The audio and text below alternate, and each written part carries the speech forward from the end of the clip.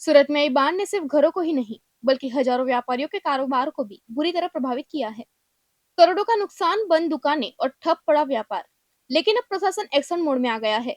जिला कलेक्टर ने बीमा कंपनियों के साथ हाई लेवल बैठक की है और साफ संदेश दिया है। सूरत में हाल ही में आई बाढ़ ने व्यापारिक क्षेत्रों को भारी नुकसान पहुंचाया है। कई उद्योग, गोदाम और दुकानें पानी में डूब गई, जिससे व्यापारियों को बड़ा आर्थिक झटका लगा। डिप्टी चीफ मिनिस्टर हर्ष संघवी के उद्योग क्षेत्रों के दौरे के बाद प्रशासन पूरी तरह अलर्ट मोड में आ गया है। इसी कड़ी में जिला कलेक्टर तेजस परमार की अध्यक्षता में विभिन्न इंश्योरेंस कंपनियों के प्रतिनिधियों के साथ महत्वपूर्ण बैठक आयोजित की गई। बैठक का मुख्य उद्देश्य यही था कि बाढ़ से प्रभावित व्यापारियों को और उद्योगों को इंश्योरेंस क्लेम के लिए बार बार चक्कर न लगाने पड़े और उनकी मदद जल्द से जल्द हो सके। बैठक में इंश्योरेंस कंपनियों को स्पष्ट निर्देश दिए गए कि बाढ़ से जुड़े सभी क्लेम को प्राथमिकता के आधार पर स्वीकार किया जाए और उनका निपटारा बिना आवश्यक देरी के किया जाए। प्रशासन ने भी यह कहा है कि क्लेम करने वाले व्यापारी को कम से कम परेशानी हो, इसके लिए पूरी प्रक्रिया को सरल और तेज बनाया जाए। इसी उद्देश्य से उद्योगों और व्यापारियों के साथ बेहतर समन्वय स्थापित करने के लिए एक नोडल अधिकारी भी नियुक्ति भी की गई है। साथ ही व्यापारियों और एजेंसियों की इंश्योरेंस संबंधी शिकायतों के समाधान के लिए जल्द ही एक ऑनलाइन पोर्टल भी शुरू किया जाएगा, ताकि शिकायतों का समय पर निवारण हो सके। प्रशासन का कहना है कि इस आपदा की घड़ी में व्यापारियों को राहत देना सबसे बड़ी प्राथमिकता है और हर संभव प्रयास किया जाएगा कि उन्हें आर्थिक सहायता और बीमा का लाभ जल्द मिले। बैठक के दौरान जिला कलेक्टर तेजस परमार ने कालाबाजारी करने वालों को भी कड़े शब्दों में चेतावनी दी। उन्होंने साफ कहा कि यदि कोई दुकानदार या व्यक्ति आपदा के समय जरूरत का सामान अधिक कीमत पर बेचता हुआ पकड़ा गया तो उसके खिलाफ सख्त कानूनी कार्रवाई की जाएगी। कलेक्टर ने कहा कि यह समय लोगों की मजदूरी का फायदा उठाने का नहीं बल्कि एक दूसरे की मदद करने का है। प्रशासन बाजार पर लगातार नजर बनाए हुए है और किसी भी तरह की कालाबाजारी या मुनाफाखोरी को बिल्कुल बर्दाश्त नहीं किया जाएगा। फिलहाल सूरत में बाढ़ प्रभावित व्यापारियों को राहत पहुंचाने के लिए प्रशासन लगातार प्रयास कर रहा है। अब सबसे बड़ी उम्मीद यही है कि इंश्योरेंस क्लेम तेजी से निपटे, व्यापारियों को जल्द राहत मिले और शहर का कारोबार फिर से पटरी पर लौट सके।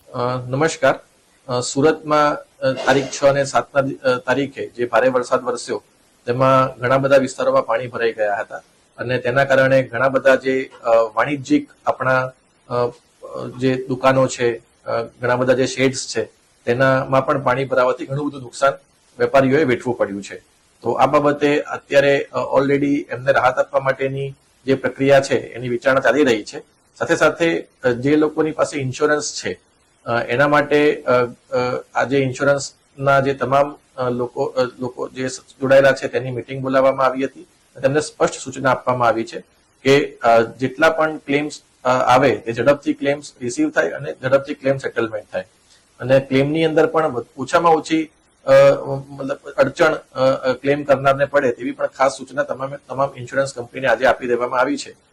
સાથે સાથે એક નોડલ ઓફિસર પણ અપોઇન્ટમેન્ટ કરવામાં આવ્યા છે કે જે ઇન્ડસ્ટ્રીઝ અને જે આ આપણો વેપારી વર્ગ છે તેની સાથે એ ઇન્સ્યોરન્સ કંપનીની સાથે મળીને એમને ઝડપથી ક્લેમ મળે અને ઝડપથી ક્લેમ સેટલ થાય તે માટેની પ્રક્રિયા હાથ ધરશે।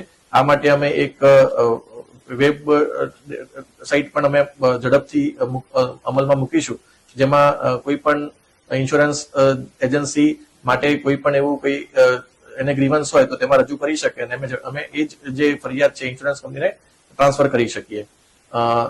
વધુમાં જે બીજી એક બાબત ખાસ મારે ધ્યાન દોરવાની છે કે અત્યારે કેટલીક જગ્યાએ રિપેરિંગ શોપ્સ હોય કે પછી અનાજની દુકાનો હોય ત્યાં ઘણો બધો ભાવ લોકો પાસેથી લેવામાં આવી રહ્યો છે। તો આ પ્રકારની જે કાળાબજારી જે અમુક વસ્તુઓમાં કે જ્યાં રિપેરિંગની, કારણ કે ઘણી બધી વસ્તુઓ છે કે જે અત્યારે હાલ રિપેર કરવા પાત્ર હોય અને રિપેર કરાવવી પડે, તો જે આ પ્રકારના જે શોપ્સ છે કે જે ઓટો રિપેર હોય અથવા તો અન્ય મશીન્સના રિપેરિંગ હોય કે કોઈ પણ પ્રકારનું રિપેરિંગ હોય એના માટે જે સામાન્ય કરતા વધારે ભાવ અત્યારે જ્યાં લેવામાં આવી રહ્યા છે તો તેવા લોકોને સ્પષ્ટ શબ્દોમાં ચેતવણી આપવામાં આવે છે કે આ પ્રકારની કાર્યવાહી કરતા જો માલુમ પડશે તો તેમની સામે સખત પગલા ભરવામાં આવશે। એટલે અત્યારનો સમય જે છે એ આપણે બધાને મદદ કરવાનો સમય છે અને આ રીતે આપણે જે પણ આવા આપણા લોકો છે કે જેને અત્યારે મદદની જરૂર છે તો તેમને મદદ કરવામાં આવે, નહીં કે તેમની પાસેથી વધારે ભાવ લેવામાં આવે। એટલે હું ફરીથી બધાને ઇન્સ્યોરન્સ માટે અને આ રીતે જે અત્યારે જે વધારે ભાવ લઈને જે કામગીરી કરનાર લોકો છે તે માટે હું આ રીતે તમામને વિગતવાર કહેવા માંગુ છું કે બંને ઇન્સ્યોરન્સ માટે પણ આપણે મદદ કરીશું અને આ પ્રકારના જે તત્વો છે કે જે વધારે ભાવ લઈ રહ્યા છે તેમની સામે પણ આપણે કડક કાર્યવાહી કરીશું।